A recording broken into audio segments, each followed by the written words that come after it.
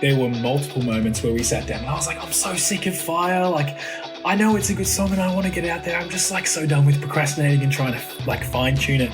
And he would sit down with me multiple times and say, dude, you just need to get it out. Hi, you're listening to Sam and Am Solve the World's Problems. Big problems, casual conversations. Perfect title for a podcast because the problems just never stop coming with us. Yeah, we really nailed it. Yeah, but today is Father's Day, so happy Father's Day, everybody. Yes, happy Father's Day, as of recording this anyway. Yes, when you're hearing this, it won't be Father's Day, but it is for us today. So how did your morning go, Sam? Yeah, I woke up early, and when I say early, it was before 9 a.m., so I'm tired now as of recording this. But yeah, made brekkie for Dad, and then, yeah, been up for a while since. How's yours been? Is your dad even there? No, my dad is in South Australia. So we had a Zoom over lunch and we Uber Eats'd him some goodies because Australia Post lost our package. You tried to send him a care package? Yeah, and Australia Post just messed us all around and sent it back home to Sydney, but it's still stuck in South Australia because of the whole thing that I don't fully understand with the packages that they're dealing with. I don't know. That's annoying. But we Uber Eats'd him some ice cream, so he got something at least, which is nice. Well, happy Father's Day. Happy Father's Day.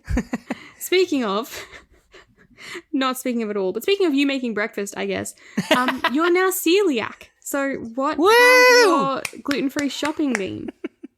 I went to the shops last night and just like browsed all the aisles, trying to find all the gluten-free stuff that I can have. First of all, I learned really recently that Vegemite is not gluten-free. Soy sauce isn't either. Like there's just weird things that yeast?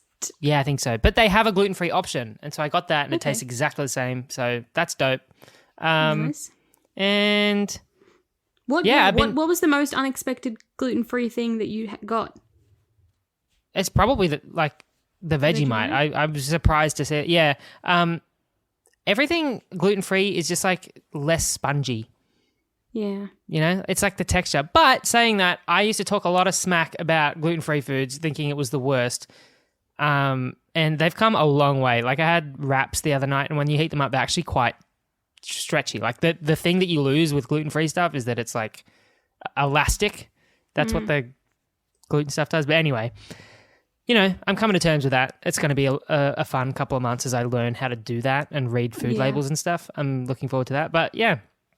It was a super fun, expensive shopping trip that I did. I bought mango sorbet. Nice. Ice cream. Oh my God. So many things like ice creams use like gluten thickeners. Oh, that sucks. It's so annoying. Like, do they have sucks. to? Anyway, yeah. So I bought like a mango sorbet, which is nice. I'm looking forward to that. But I was going to ask, is it more expensive of a shopping trip? I think just like, most gluten-free stuff is more expensive than their gluten-full counterparts, but fair enough. Yeah. Well, shall we jump straight into this week's episode? Let's not mess around anymore. Yeah, absolutely. Yeah, it's a good one. We're talking about music, we're talking about science, we're talking about fitness, we're talking about work-life balance. Yeah, it's going to be a great one. So please put your hands together. Welcome to the podcast. Adam Kearns, or Askalo. Woo! Woo!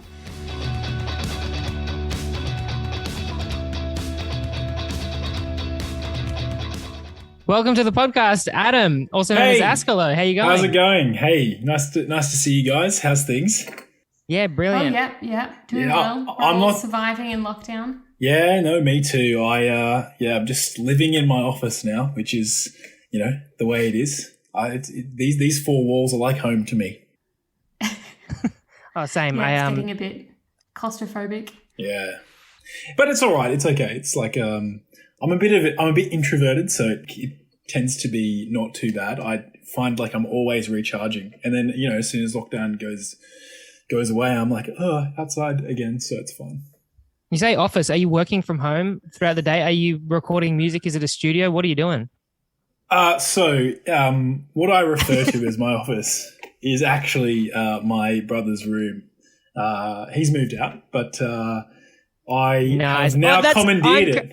I'm currently in my office, which is used to be my sister's room. Yeah, how good is it? How good is it? You know, What we you love mean, it. Dad? That's right. We love it. Like I'm we're just in technically the spare room. we're technically the pieces of shit of the family, but it's fine because we get You didn't have to say it.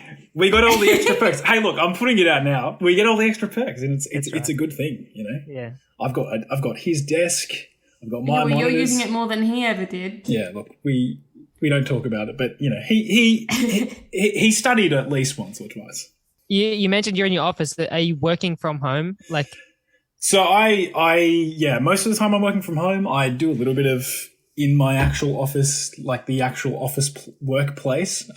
But generally speaking, like I work in like clinical trials. So I'm science-based employee. I do a lot of kind of admin work in the pharmaceutical industry, which is pretty fun, really like fast-paced stuff. At the moment, it's kind of, well, with lockdown, it's a lot at home, but previously I was in the office all the time, which is not too bad. And yeah, I recently just started. So before that, I was a fully fledged research scientist, but I sold my soul, as you know, people in the science world like to say, and moved from academia to industry, which is, yeah, I'm loving it so far. It's a lot of fun. does anyone ever go the other way? Do you ever start in an industry and then go into academia? That's a good question. Like I have heard of people who do it. I think the selling your soul, I think that whole idiom comes from the fact that people don't go back. So maybe, well, that's it. You get lots of money, right? I mean, I haven't heard about yourself that, but no, I think,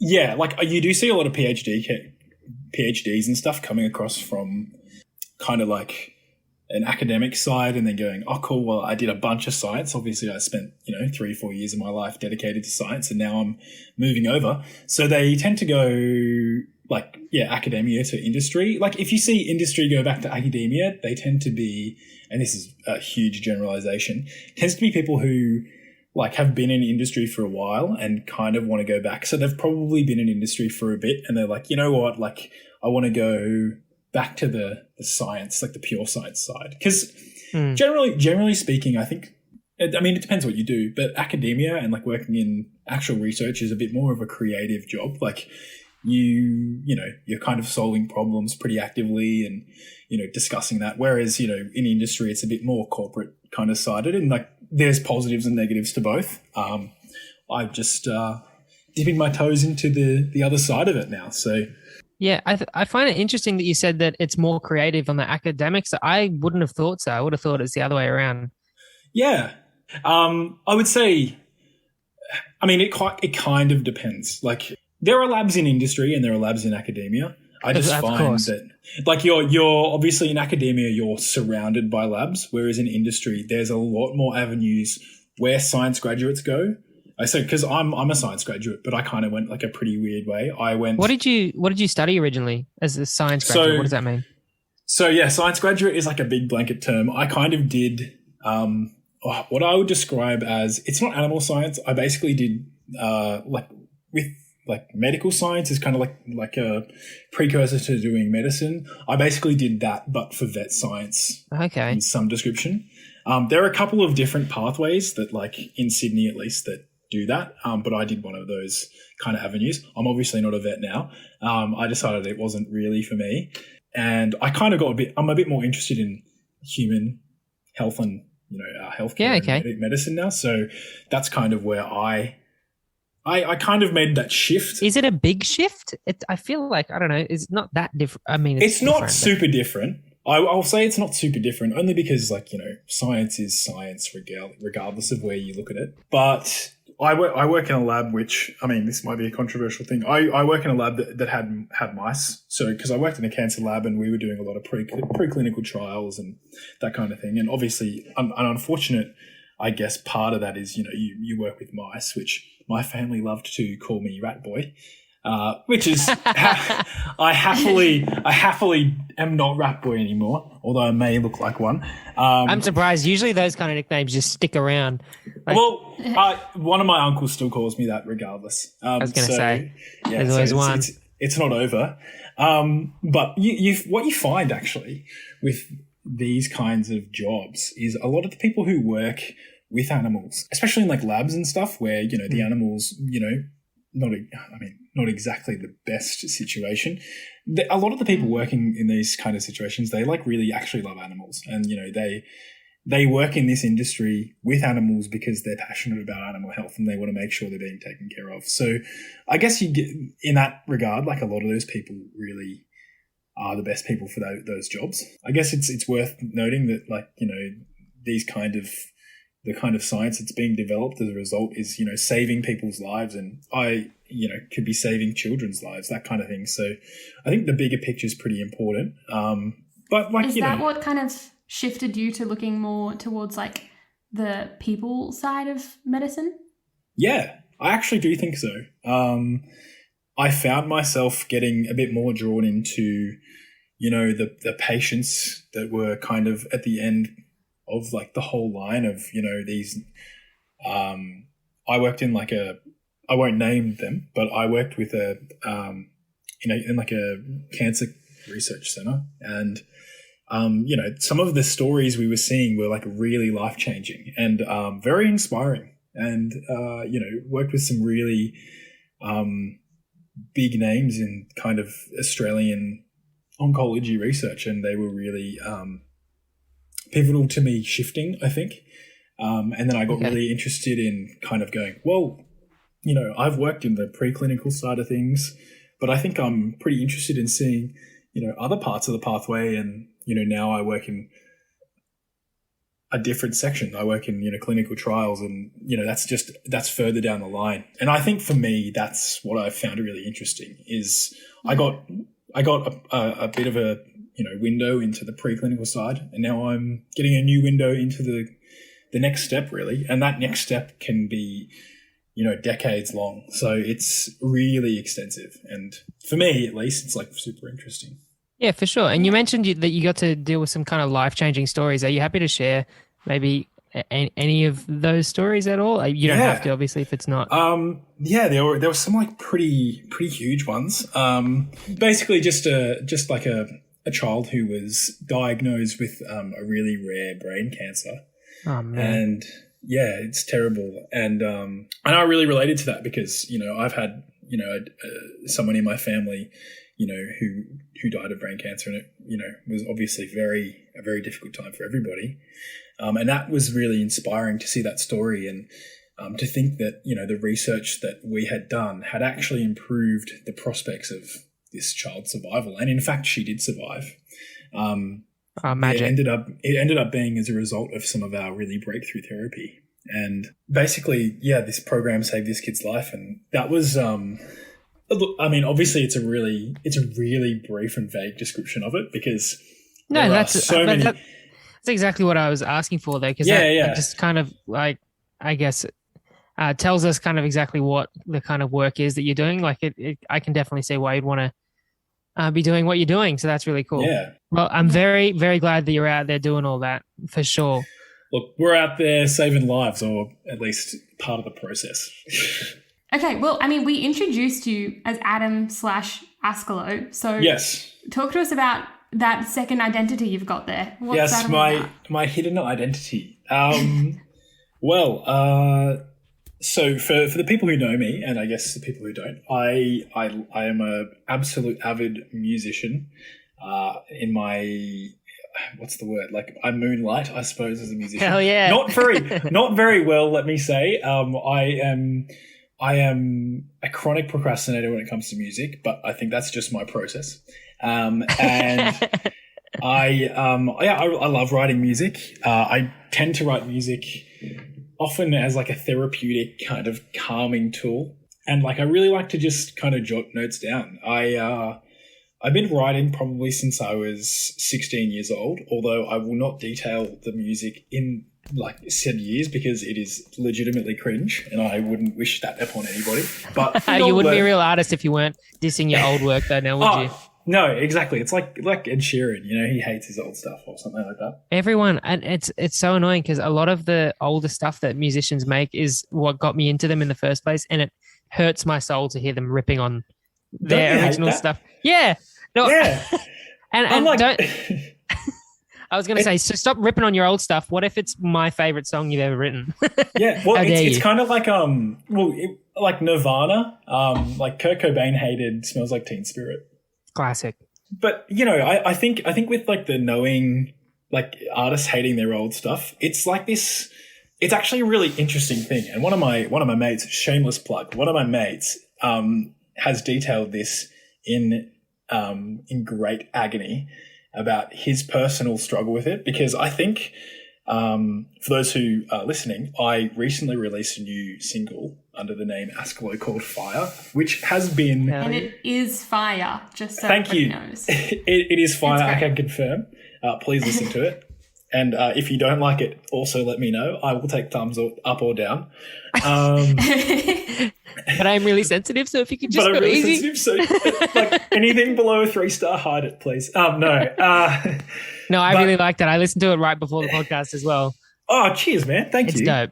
It is Yeah. fire. I'm starting to get. I'm pretty sure I have most of the lyrics down by now. Oh, sick. You'll be perfect at a live show. You'll have it ready to definitely. go. The only person who would beat you now is Michael Payton.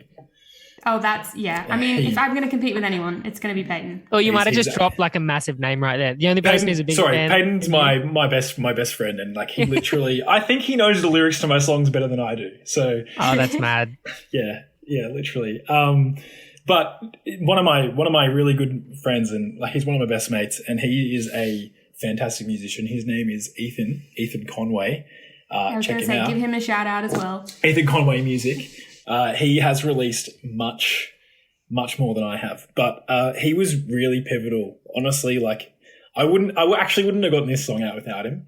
There were so many, nights where we've probably been jamming and like writing stuff together for like probably 3 or 4 years now. We actually met because he was in a band called Chasing Giants, which anyone in Sydney should probably know who they are. They were a fantastic band. I was also in them. So I filled in for him while he was away in Europe. But we actually have like quite different voices. His voice is sultry and smooth, and my voice is a rat boy's voice. So so they were like, oh, we'll have both. And we ended up like basically for about a year or so doing a bunch of shows together. And Ethan and I like still hang out and like talk all the time. And he'll probably message me after he listens to this podcast and say, we don't hang out enough, you bastard. That's because I'm a terrible, terrible friend. I'm sorry, Ethan. But he basically outlined to me that at least when he did his first single, he spent so much time thinking about getting it out and perfecting it and finishing the actual song that he actually kind of grew to resent it in the end. And he's like, just get that thing out, for fuck's sake, like just get it out there. I'm so done. And I honestly can 100% relate to that. I think there were multiple moments where we sat down and I was like, I'm so sick of Fire. Like, I know it's a good song and I want to get it out there. I'm just like so done with procrastinating and trying to like fine tune it. And he would sit down with me multiple times and say, dude, you just need to get it out. Like at some point, and I think maybe this is an artist's bind. I don't know. At some point, every artist, I think it's pretty natural to be your harshest judge at least. And also I think with like the first release, it's pretty scary to think, it's kind of worrying. What are people going to think? What are people going to think of me? Say, blah, blah, blah. Realistically, like, no one's going to get famous off the first song they ever post. But like, you have not only thoughts of grandeur, but you also have thoughts of terrible, terrible embarrassment. And those can be genuinely crippling. I mean, I get the same way on literally like essays. I'm like, I spent 2 days on this and I'm done and I can't look at it any longer and I don't care what happens to it. Just get out. Just get out. Get out. Yeah, it's that kind of ripping the Band-Aid off moment. And I think, what Ethan said to me once was he was like, you're going to release this song and realize what it took to get there and realize how much time you wasted worrying about it. Yeah, classic. Because now that it's out there, I don't worry about it. And in fact, and I would say this to basically anyone who is, probably younger than me, but is also kind of thinking about releasing a song if they want to release music. And ultimately, I think the avenues for releasing music are really simple these days and pretty straightforward. Accessible. Yeah, super accessible. I actually didn't realize how accessible it was. But my advice to anyone doing it would be, the only thing you're going to really regret from putting, your own music out there is that you didn't put it out fast enough, or is that you didn't put it out earlier and stop worrying about it, because ultimately it doesn't matter. Like, the worries you have about it. Yeah, fretting on all the little stuff. All the tiny things you're worried about, most people, like, it's not going to manifest in 99.9% of people. Like, most people are not going to tell you, hey man, this one little soundbite doesn't sound quite right that you were worrying about for ages. I remember sitting on the bridge for this song for like probably 2 weeks being like, oh, I just don't like the chorus here. But, I'd play it to one of my mates and they'd be like, dude, I have no idea what you're talking about. It sounds fine. So it's really an artist's curse to be super, super critical of yourself. Do it. Everyone listening, do right? Do it. That's what we did. That's what I mean. It's season 3 of this podcast now. We were just talking about before this, the very first episode, and we're like, oh yeah, we were nervous. Yeah, when you guys were making your podcast, what was were there any like hesitant points? I'm guessing you guys sat down over some beers and like for multiple months. Absolutely, we should do a podcast. We should do a podcast. No, that wasn't it at all. Even I think but it can't. I mean. We took a little bit of time. We planned for a while and we recorded the first ep and we hated it and we thought about re-recording but we also, I think both of us are rip the Band-Aid off kind of people. Yeah, so but we both were very quick to be like, nah, fuck it, let's just put it out. I remember my first hesitancy was being like, it's going to be shit. But of course, like the first thing but you have to put it out because how are you going to get better if you don't keep doing it? Like, what are you going to do? Ask someone to record an interview and not upload it somewhere and just keep it for yourself? Yeah, exactly. I think worried about something being shit is like perfectly normal, but the reality is like, how are you going to get better? Yeah, like unless you're Mozart, you're going to be shit the first time. You know what I mean? And also, I bet you even Mozart was shit. Even Mozart was probably bad. He probably wrote a minuet and was like, oh, this sounds a bit dodgy, and then and that guy's a massive sleazebag. Mozart. Yeah. You seen Amadeus? Yeah, in that movie, he's a real thought, isn't he? That's what I hear. This is a wench. This is a Mozart hate page, officially. We are officially Mozart hate. Yeah. His music doesn't go that hard. Things Mozart said and done. Yeah, honestly, like, get me some Beethoven any day. Or Prokofiev, he's a fantastic Russian composer. It's very niche. I can't remember what But fuck Mozart. Yeah, honestly, fuck Mozart. No, Prokofiev, I don't know what it is. I think it's like the Romeo and Juliet thing. But I remember my dad playing it to me in the car and culturing me very well. I reckon I would I'd pull that up on like Spotify and be like, yeah, this actually bangs if I heard it now. It's very dark. So this absolutely slaps. And what's his name? Sorry, Prokofiev? Prokofiev. I mean, like, I don't know how to spell it. I can try and find it. Is he an inspiration for your work as Askalo? Yes. He is. He is hands down your muse. I mean, I don't know how to spell his name, but let's see if this comes up. Sergei Prokofiev. Yeah, he's got fantastic set of glasses. Russian Soviet composer, pianist, and conductor.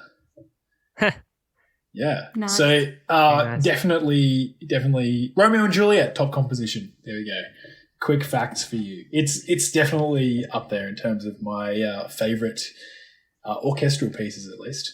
Which is like such an. There you go. Recommendations come early this week. Yeah, honestly, I'm bringing out the recommendations. It doesn't matter how many times you've said it too. I cannot repeat that artist name. Just think Prokofiev. Oh, Prokofiev. Yeah. You got it. You've said it, and then the first name is Sergei. It's not even a hard Russian name. Sergei sounds like it would be a Russian frat boy these days. Hey, Sergei. Yeah. Exactly. Oh man. Well, you work full time in words that I can't remember how to say. Yeah, that's okay. We'll just say. What did you say? Clinical trials. Yeah. Clinical trials. Yep. Fix it. And you also put out music. Like, I want to talk about like side hustle culture, but also just like what's the balance like for you? Which one would you say is like your career? And do you feel like you have a good enough balance? Okay, well, I'll start this off by saying no, I don't think I have a good enough balance. Makes me feel better about myself. So I appreciate you saying that. Only because I think it's actually a really huge challenge to find the perfect balance between. I think finding the perfect balance is a lifelong thing. You know, I don't think we're gonna get Thanos on this podcast. Do you mean in terms of like you do too much work on both of them so that you're like super burnt out, or in that like, I mean, I know that my music is basically non-existent, so I would say the balance isn't there because it doesn't exist. You know what I mean? Like. Which way do you mean balance? So I guess if I was to look at it in an optimal world, I would kind of spend all my time that I have free kind of working on music or, you know, I mean, like I kind of really have like 5 important like things in life that need to be 600 important. I'm going to say there's like 5 pillars to my life that are really important. And one of them is like work. Obviously, I don't want to starve and be poor and just die.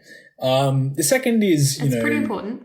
And we can rag on capitalism for that later, but go on. Yeah. I mean, we'll ask Sergei about the Russian communism scheme. Prokofiev, I mean. That's right. Thank you. Yeah, no, I just wanted to clarify because diminish his character. I didn't just mean a random Russian fat boy. And so work, I guess like music is one pillar, which currently I think is a bit of a backseat only because I'm in a new job and I just released a tune and I feel like I can sit on the back burners for maybe a month longer. 3 is like, at least for me, gym. Or like some kind of fitness-based thing. For me, get like into that more later too. Yeah, we can deep dive. We can deep dive into that one. And then like what else? I mean, like I did say there were 5. What are the others? Like 4 is like recreation, and like 5 is probably like friends and my girlfriend and that kind of thing. So back burner. Yeah. Oh, like you know, social interactions are overrated. I like my office. No, if that's what I've learned from the pandemic is that I don't need anyone else for my stability mentally. All I need is so many eye rolls in today's episode. If we're counting, I think I'm up to 3.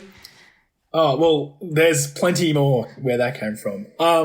In terms of music balance, I think the biggest challenge for me is that I have a really hard time playing music for fun, but I think it's because in my head, I think everything I do, even like recreationally, to me has to have some kind of end result that like will be at least a smidgen rewarding. So, you know, for me, for example, like if I talk about it in a video game sense, because it's like kind of the way I'm thinking right now, like I have this like really weird compulsive urge to like platinum every single PlayStation game I have. And I don't know why. I wish I didn't have to, but like, to like complete it. Like, yeah, like I'm like a real completionist. Like I'm like, I got 100% this and, you know, which is a problem because it means... Is that what's the reward then, though? Like, what do you define reward as? You get that little ding and it's like, you got the platinum. That for me. Right. That for me. I've actually gotten, like, some of my mates have gotten into that now and they're like, oh, dude, this is actually pretty fun. I was going to ask, too, is that something that's, like, really motivating about the gym? Because it's, like, it's progressive-based. I find this is something that I really, like, am discovering, too, is I really love things that are super progression-based. Like, I can track progress and I can... Like 100%. That's what's addicting about it. That's what's addicting about the gym and also video games as well. Yeah, I get really addicted to the progression of it. And I think that's something that it's actually really kind of difficult to get into that mindset because at least for me, like it can be really easy to fall into that trap of like, you know, wanting that kind of satisfaction of like achieving something. But because I haven't always been into the gym. Like I really only got into the gym like just before COVID happened. So, so my gains have been stunted. I think that progression and that kind of like slowly chipping away at something is actually a really good mindset for life. I'm getting really philosophical here. It started from video games, that's fitness, but like, and not necessarily having an end goal. I mean, I guess for like platinum in games, it is an end goal, but I guess there is no foreseeable end to the amount of platinum trophies I could get. And I guess that's the same You can never get big enough in the gym. That's what I'm Yeah, hearing. you can never get big enough at the gym. That's what I'm trying to say. It doesn't matter what you do. You know, your squats will never be enough. In terms of like music, do you find that like that kind of mentality kind of, I know that there's that like whole kind of talk on TikTok and Instagram about like you don't have to commercialize all your hobbies kind of thing. Like, do you think that's kind of, is that what feeds into the balance kind of aspect of it? Is that it has become something that's more like a job? Yeah, that's actually a really good point. I hear that point like quite a bit, and I totally agree with it. You think about TikTok, right? You think about all these really niche videos that people are essentially getting, you know, I don't have TikTok myself. Like, I usually get them filter fed to me through Instagram Reels from, you know, my partner or from my mates. But kind of like the really interesting thing about TikTok is people have made side hustles out of essentially like revenue-free things, like that guy who did like paint mixing, and like you see really interesting and like intuitive ways for people to gain traction on the internet.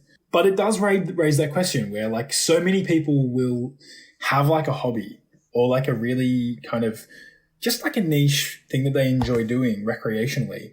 But there is like a lot of pressure, I think, to turn every single action you do outside of work into some kind of side hustle that's going to, you know, put you forward in life. And I think the dawn of these like platforms has put pressure on people to be like, well, if you're not doing anything with the things that you do recreationally, are they just a waste of time?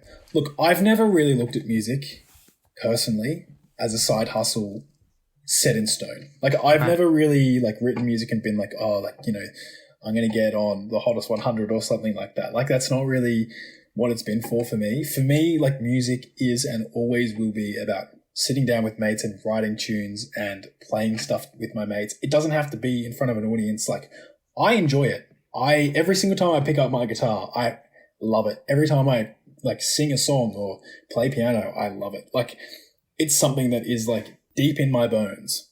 And obviously I would give the world to be a musician all the time. Obviously, like, for me, I've chosen a path where side hustling as a musician is a bit more of like a realistic step for me.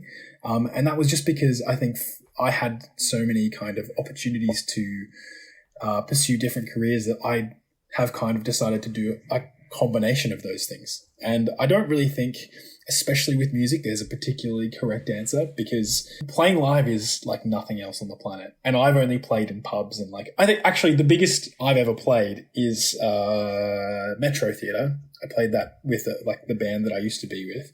And that was like a legitimately euphoric feeling the entire time I was on stage. Metro Theatre, for any international listeners, is one of the main venues in Sydney. Like, it's a big venue. Yes. In the city. Yeah. It's a big venue. It seats, like, I'm going to say it seats like maybe 500 right? to, I think maybe it's 1,000 people. It's pretty big. But feels big like, when you're in there. It definitely feels big when you're in there. And that was like a genuinely, like, one of the like greatest moments of my life, and will continue to be one of the greatest moments of my life. I had so much fun up on stage, and, you know, at the time I was there with like a bunch of my really good mates, and I'm still really good mates with all of them. And we all, you know, reflect on how much fun that was. And so sick. I can only imagine how cool it would be to do that, you know, as a day job. Imagine the Metro being mundane. I don't think anyone could ever make that mundane. I don't think anyone would get sick of it. I actually have a pretty funny Metro story. I'm just going to sidetrack for a second. Yeah, hell yeah. Let's talk about the Metro. That sounds so sick. Yeah, let's talk about the Metro. I actually went to the Metro tour. Have you guys heard of Kingswood? Have you guys heard of the band Kingswood? Yes. Yeah. Fucking oath. So bloody Ohio? good. Okay. Oh, Ohio. For those who haven't, Kingswood is an Australian rock band. They're really cool. They have some fucking absolute sick. bangers. Sorry. They released it. They are fucking sick, actually. They're like, their actual vibe is kind of like, almost like, it's not classic rock, but it's like rock. It's like straight rock, and it's so cool. Like, you don't really hear bands like that much anymore, I feel. And that's what makes so them cool about unique. Them. It's almost like, what kind of band would you say that they're like? Oh, like, I don't want to say AC/DC. I want to say almost like maybe like Powderfingery, but like a modern version. But I don't even think that really gives them credit. Like they're a bit harder than that. Like everyone should go listen to Ohio. Yeah, definitely listen to Ohio. We'll link it in the show notes. Yeah, Ohio by Kingswood. I mean, I could like recommend every single bloody song by them. They write some absolute bangers. If you just find like the most played ones, they're all good. Brilliant. They also did like a really sick Leica version a couple of years ago. Anyway, I watched them at the Metro Theatre a couple of years ago. I was obviously, with my mates, had a couple beers by this point, and I practice, making sure that my ears are well protected during live gigs. As a musician, I feel like that is very important. So I wear earplugs as much as it makes me look like a nerd. They're very discreet. They're not like the big foam ones, but they filter out the bad sound. No, you actually bring up a really good point here. I feel for people who go to gigs a lot, you really should do that. I never have. Yeah, 100%. I've heard Sam, every time you go to a gig, you're degrading your hearing ability.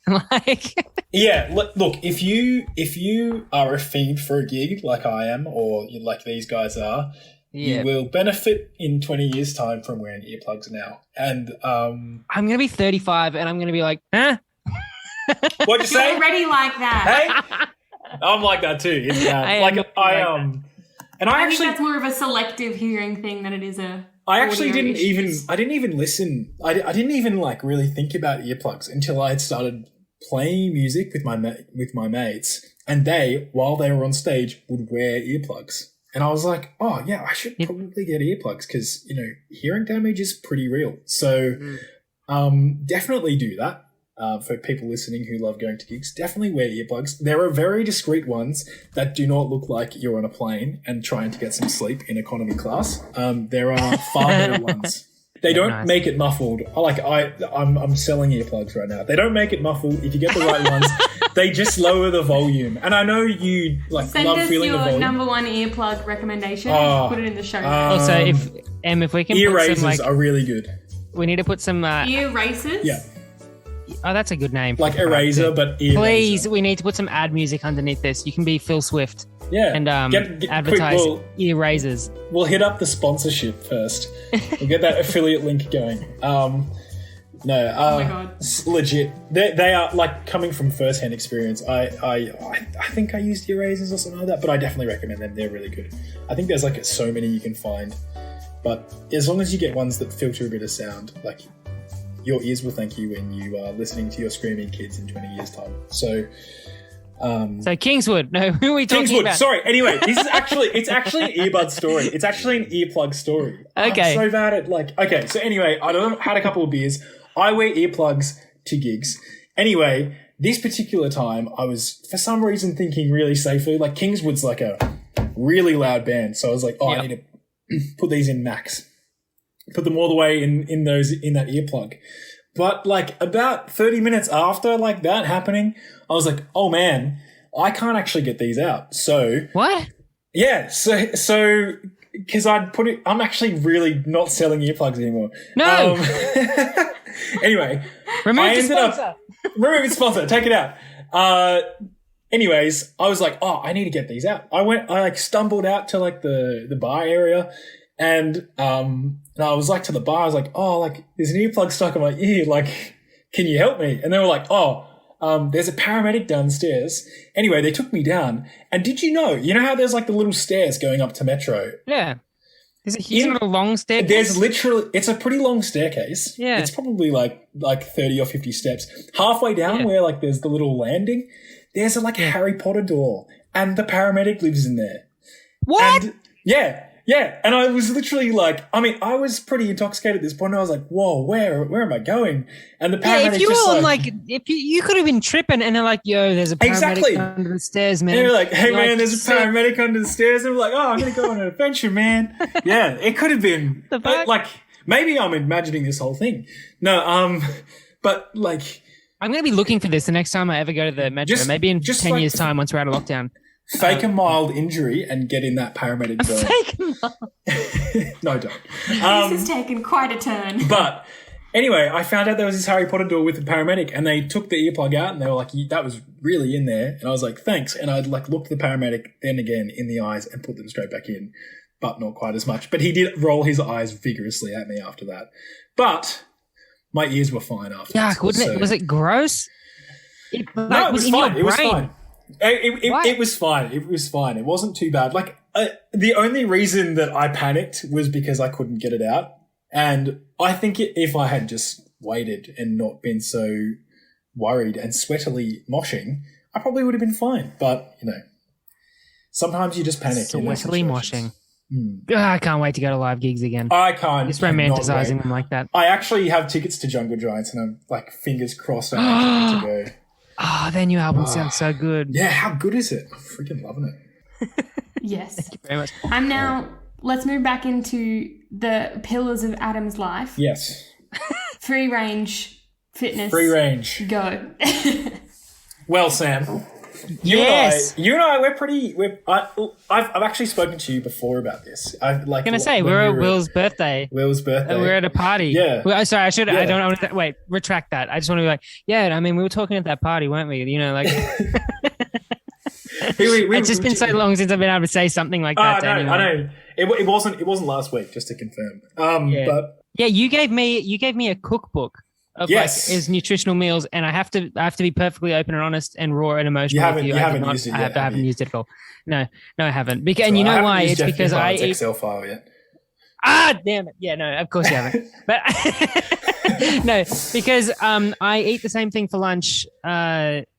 Because I cannot be bothered to do I have a really simple process that I do every week, and it's boring as hell, and I should actually change it up, and I should. I am genuinely the same. I mean, usually I'm the same. Sometimes I'm like, I'll go get like a burrito bowl or something, but like I'm basically exactly the same. I am so lazy when it comes to food. That's right. That cookbook's actually pretty good. I'm actually trying to make lockdown a period of time where I care about food because first of all, last year, I literally would just reheat frozen dumplings for lunch every single day because I could not be bothered. I didn't care enough about food. And now we're back in lockdown, but I have this whole new diet plan thing because my blood sugars, and I can't eat any of the things that I used to be able to eat. So I actually have to put effort into my meals. I don't care about food. Yeah, no, I would appreciate any advice too on anyone who can motivate me to actually cook something. I just cannot be asked. Yeah. And I just don't care enough about what I'm eating, I don't need it to taste that good. So what I'm going to divert again. What gym program are you on at the moment?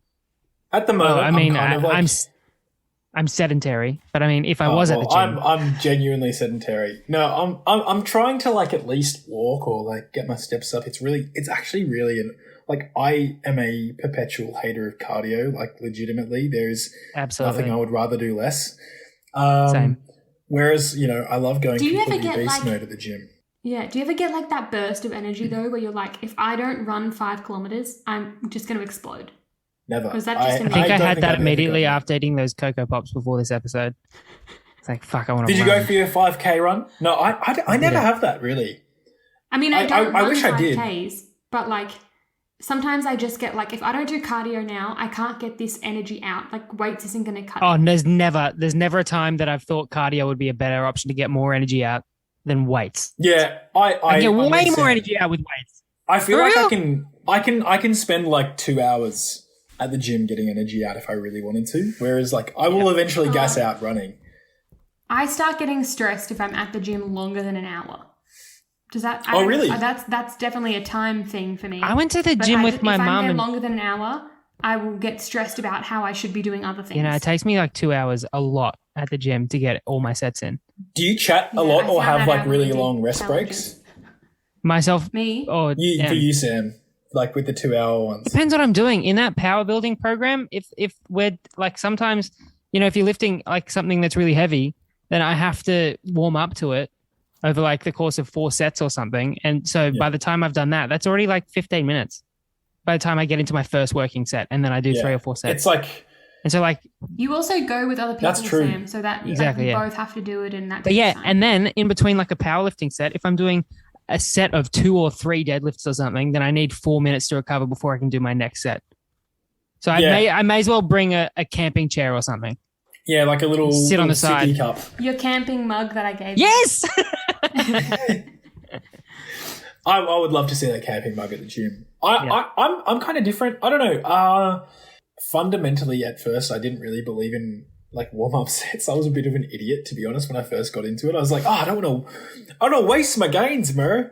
And now I do warm-up sets, and it's a bit more, but like I would still call myself relatively novice. I've been probably. Have you ever hurt yourself? So actually, I've hurt myself once, and it happened right before the lockdown shut down, like last year, 2020, when all the gyms shut down. And is that when you started doing warm-up sets? No, it isn't. I was going to say, yeah, you have one scare, you're like, okay, I should probably. But I was doing shoulders, and I actually got like this like super sharp impingement in my shoulder, and I felt it in my shoulder for like a good 4 weeks. And luckily, like the gyms were closed, so I had no excuse not to rest it. Because to be honest, if the gyms hadn't shut down, I probably would have just kept going. Yeah, that's not good. You don't want to do that. You don't want to do that. Anyone who is doing that, you shouldn't be doing that. I was a idiot back then. But at the time, instead of going to the gym, I was like kind of researching why I was feeling pain there. And I was like realizing, well, lucky I figured this out after a week, because I probably would have like put more pressure on my shoulder. Yeah. Proper form for, I think, most techniques shouldn't be too painful. So if anything's ever painful, see a physio, fam. Yeah, see a physio. See someone about it and see if you're doing the exercise right. That's the main thing. Because, injuries, one of the biggest learnings I ever had at the gym is leave your ego at the door, and it's all about making the lightest weight as heavy as possible. Absolutely. I actually did not leave my ego at the door until like maybe 3 months ago. And it's hard to do. It's easier said than done. Absolutely. And it's impossible to do if we're all being perfectly honest. Yeah, like everyone wants to lift something heavy. Like, like everyone wants to look like a boss at the gym. At least I know like most people do.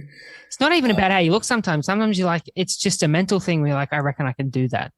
Like today's the day. I feel like that concept of leaving your ego at the door also manifests differently for different people. Like I know so many, I mean, I'm kind of gender stereotyping here, but like in terms of like women, I feel like we just don't do it because we don't know how to do it. Like there's so many people who are scared of going to the gym because they don't know how to lift weights and all those things. Whereas I feel like men or people who are just more confident will do it, but will just do it wrong and won't ask for help kind of thing, and therefore get more injuries, and everybody loses. Yeah. I 100% agree that the ego thing goes both ways. I think like probably the most important thing for anyone who's getting into the gym, like we all know the feeling of starting out at the gym, getting really nervous and like, doing like some one set on something and then going and being like, oh, well, everyone looks like they're going to judge me.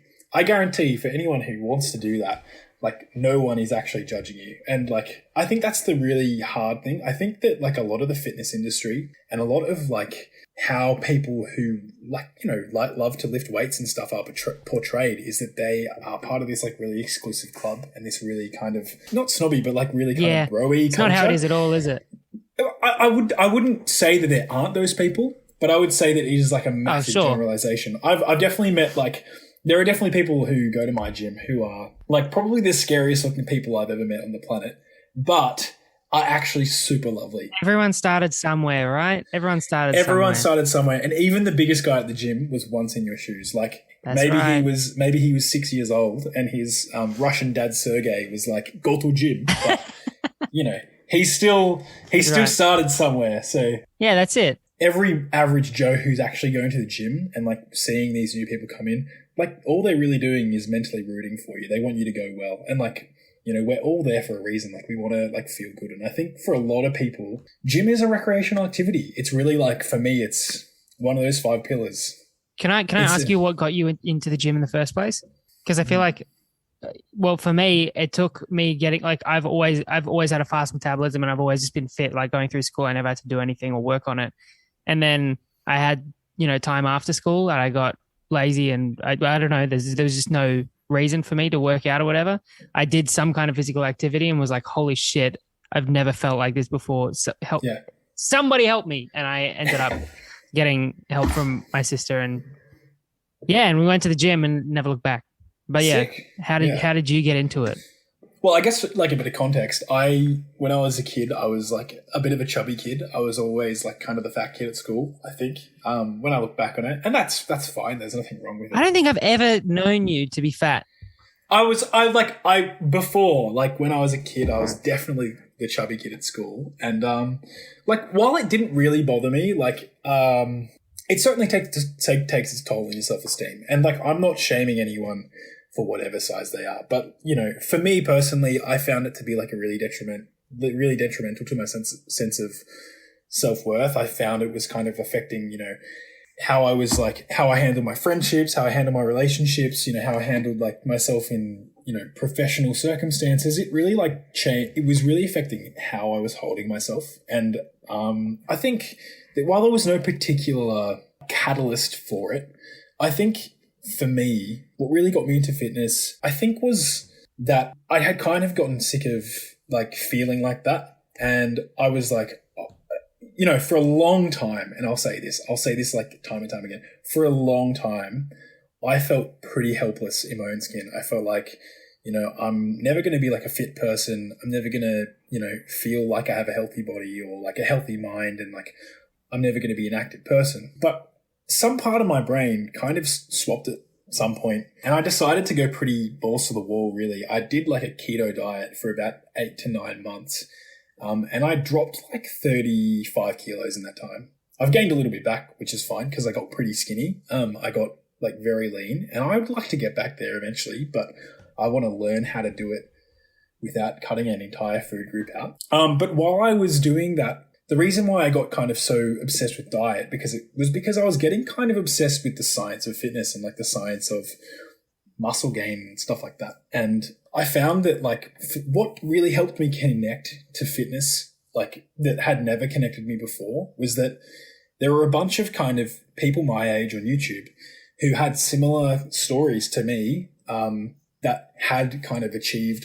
really awesome goals. And like they weren't specifically the most shredded person in the room or like the hugest guy. Sure, they had like super awesome physiques, and like obviously like props to you, man, your genetics are off the charts. But what really resonated with me was I was like, well, I can do it. And then I ended up doing it. And for me, what started as like I want to lose 10 kilos, then went to like, I want to lose 20 kilos. And then it turned into, well, I want to achieve this in the gym. And like really slowly, what happened started off as like me being like kind of negative about myself as a self-esteem issue, slowly manifested itself into this kind of, I really love the progression at the gym. I love that it's something that I can work on myself. And to me, I was like, I'm leveling up my stats in life, you know, like I'm getting like a level 10 strength or something like that. Yeah, the goals keep shifting and it just keeps feeling good.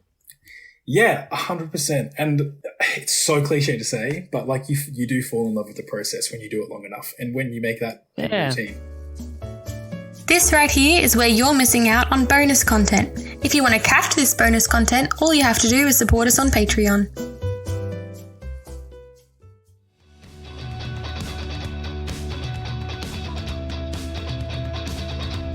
Yeah, should we move right into your problem for us, Adam? Yes. Yeah, we can. So and I guess I've kind of touched on it already a little bit. It's like I find it really hard to get out of like a creative rut. And I know you guys are both really creative people, and you know, you guys both, you know, you do this podcast. You're also both really avid musicians as well. And, you know, I know you guys probably similarly feel as though you can have up peaks and down troughs, I guess, of like creative surge. And for me, it's probably one of my biggest pitfalls ever, is I have to figure out how do I actually just tap into that creative energy? Because for me, tapping into that creative energy is probably the hardest part of the process. So how do you guys do it? Do you guys have any patent pending, like approved laws of getting your creative juices flowing, so to speak? All right. I have 3 top tips. Hit me up. Number 1, and I use them interchangeably depending on my mood. Number 1 is to ride the wave. So if you're like, I kind of do this when I'm like being motivated for uni, but if I wake up feeling motivated, ride that wave and do as much work as you possibly can on that wave. Because the next day, if I wake up feeling like I can't get out of bed and I have no interest to do any work and I'm staring at my computer for 4 hours and nothing's happening. Well, it's okay because yesterday I did 3 hours worth of work. So if today is a little bit not as productive or not as creative, like it's okay because I did it yesterday, and hopefully tomorrow I can try to set myself up so that I'm, having a good wave tomorrow. So that's one tip, but that doesn't necessarily work if you have like deadlines and stuff. The other tip is just to be disciplined about it and just to do it, basically. Like it's kind of what you just touched on. Like sometimes you don't have a choice and you just have to sit down and do it, and you just have to force yourself into it. And then the third tip goes hand in hand in that, and it's literally just to start. So I've literally I'm doing winter term at the moment, and I had to write like a 4,000 word essay, and I had 2 weeks to do it, which is a really long time. I'd already researched it. I'd already done all of the research and got all my sources, and I knew everything that I had to talk about. And then I had 2 weeks just to write it. And for me, that was like too long a period of time. So I've used all these tips because I had 2 weeks to do it. In the first week, I could ride the wave. If I was feeling productive, I would do some work. If I wasn't, it didn't really matter because I still had like 2 weeks left to do it. But then it got to a point where I just had to write it. And it was literally Saturday, and I didn't want to do it at all. I literally wanted nothing less than to do that. But I had to just start. And so I sat down, I planned it all out, and I wrote the first 2 sentences. And then the next day I came back and I just wrote the first paragraph. And the next day I added another paragraph. And then the next day I think I wrote 4 paragraphs. So it's kind of just interesting. Starting is always the hardest part. Yeah, for sure. How do you feel about particular situations? That was my chair, by the way. How do you feel about situations where you don't have a particular deadline, but it's a goal you'd like to achieve yourself? Well, I'm a very type A personality. Okay. So I would set myself a deadline, basically. Even with this essay, I wanted it done by Tuesday, which I achieved because then I could send it to my teacher and get feedback and like all that stuff. It was not due till Friday, but I wanted it to be done by Tuesday. So even like, with this podcast that we do, I often just set deadlines for myself of when I want to get it edited or for us of when we should start or all these things. I just will set my own deadlines and then try my best to stick to those. And then I kind of, this works for me. I will typically set them a little bit further in advance of when they actually need to happen so that I have a little buffer time. If something's happened and I'm really not motivated, I have, an extra day or 2 to get it done. But yeah, I am kind of different, I think, because I like structure and discipline and having deadlines, I guess. It makes it easier to do the disciplining and to make sure I just do it. Yeah, I'm not a good person to ask for this. I think do you relate to me? Do you feel the same? Hey, yeah, 100%. I think what helps me is like limitations, putting limitations around a project in order to, I guess, see what you can work within. Because if there's a million opportunities and a million, there's no obstacles at all, it can be completely overwhelming for me. So in order to, I need to put a box around a project or something in a way that I can then focus on it. So I don't know if that's helpful at all. No, that's really my only tip that I have. All I can possibly say is that I relate to that wholeheartedly. And then you can be really creative in ways that you can try and think outside of that box too, in order to complete something. I know for me personally, it's rough because my creative process for music is really not predictable at all. I might have 2 months where I'm surging on a wave, like you say, Emily, and, riding that wave heaps, getting heaps done. But then I have, 2 months where I just have zero want to even write or zero really determination to write it. And that frustrates no one more than me. But maybe the deadline thing is a good idea. Maybe I should set myself some more deadlines and then I'll actually get things done faster. Yeah, I'm the type of person that the closer the deadline comes, the more stressed I get. But the more stressed I get, the quicker I'll work. Whereas I know for some people, the more stressed they get, the more they'll shut down. So I guess it kind of depends on the way that you interpret that level of stress. I need it. I'm actually the same. I was I was worried that if I had the 2 week period to do this essay, I would only do it once I started getting stressed about it, which is why I was trying so hard to push myself to do it earlier, that I had more time to work on it. Okay. But I need that stress to fuel me a little bit. No, I think that's maybe something that Sam and I can relate to. Maybe how do you feel that stress, Sam? Do you react to it well or badly? Depends on the type of stress. Yeah. I would 100% say that for you. I feel like some stress will just shut you straight down, but like, you know, a medical emergency type stress, you would rise and you would help and like you would be fine. But whenever I put stress on you, it's not helpful. Yeah, that's not about stress though, is it? That's, yeah. Maybe it's a pressure stress difference or something. Yeah, I don't know. But yeah. Resident psychologist. Yeah, that's what we need. Yeah. Need to be therapized again. And on that note, shall we move into some recommendations of ways to de-stress? Or just recommendations? Yeah, let's go. Recommendations. Let's do it. Do you have one, Sam? Yes. You start. I do, actually. My recommendation today is going to be, guess what? It's going to be music. But yeah, Sufjan Stevens. Oh, I love Sufjan, yes. and he has I don't know released. that guy. Oh man, the saddest Recommend? boy tunes. it's very sad. Did you watch The Politician, Adam? No, I did not. Did you ever hear anybody else listening to The Politician? I did not. Okay, I'm gonna Sufjan add this on guy. there. How do you The opening song is Chicago. Oh, of course. Yeah, that's the Yeah. first thing I know. Yeah, right. I haven't watched that in a long time. But yeah, Sufjan, Sufjan Stevens, Sufjan Stevens. Oh, he's got really cool hair. He is a genius. Anyway, he released he's got 2 new songs out of an upcoming album, and they are brilliant. Is it Reach Out and Olympus? Yes. Cool. Yeah. I am So adding that. if you're I'm gonna listen feeling to that a tonight. low mood, it's a downer, but man, it's good. Hey, we love stuff. to see Good it. wave. That's it. All right, Adam, do you have one? For music, I mean, look, to be honest, I've really been frothing the new Gang of Youths song. A bit of a vanilla Australian thing to say, yes, but absolutely. damn, it's good. This is our second Gang of Youths recommendation in 2 weeks. I actually love Gang of Youths. They're the best. I've never seen them live, but I would love to. Oh, and- dude. Have you seen them? Yes, I Oh, have. man. Yes, I have. And the other song I was listening to, I mean, the new, there's like a bunch of new tunes coming out this month. It's crazy. So Gang of Youths, that new Spacey Jane song, Lots of Nothing, hella Okay. good. And do you guys know Nothing But Thieves? Yeah. Yep. They just dropped a new song, and it is Oh, okay.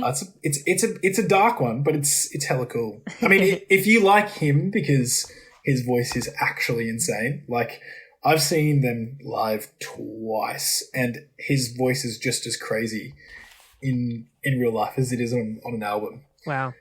And he sings like these insane high notes, right? He has to have like tea halfway through his set, but it's fine. I totally vibe it. But yeah, his new song is really good. However, and this is like a recommendation for. Can I recommend a TV show? Mm-hmm. This is a bit of a nerdy one. It's on Amazon, but it's called Invincible. Oh, I And love that. it's I've seen it. Yeah, you've seen it. How good is it, man? It's amazing. Like, Yeah.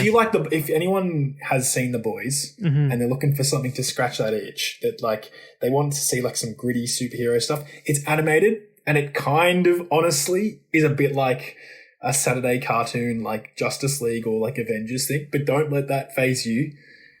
Yeah, no, you got to watch to the end of the first episode, and then you see the show's true colors, and that's true more what it's colours. like.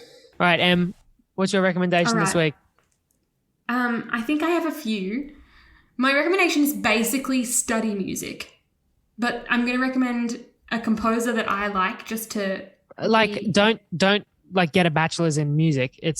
You mean like good music to yeah, listen don't to study while you were music, studying. But like music, yeah. I yeah, took it as the music to listen verb. to while Right, you're okay. studying. No. So there's this composer that I really like called Fabrizio Patolini, and I'm basically just saying this to like flex.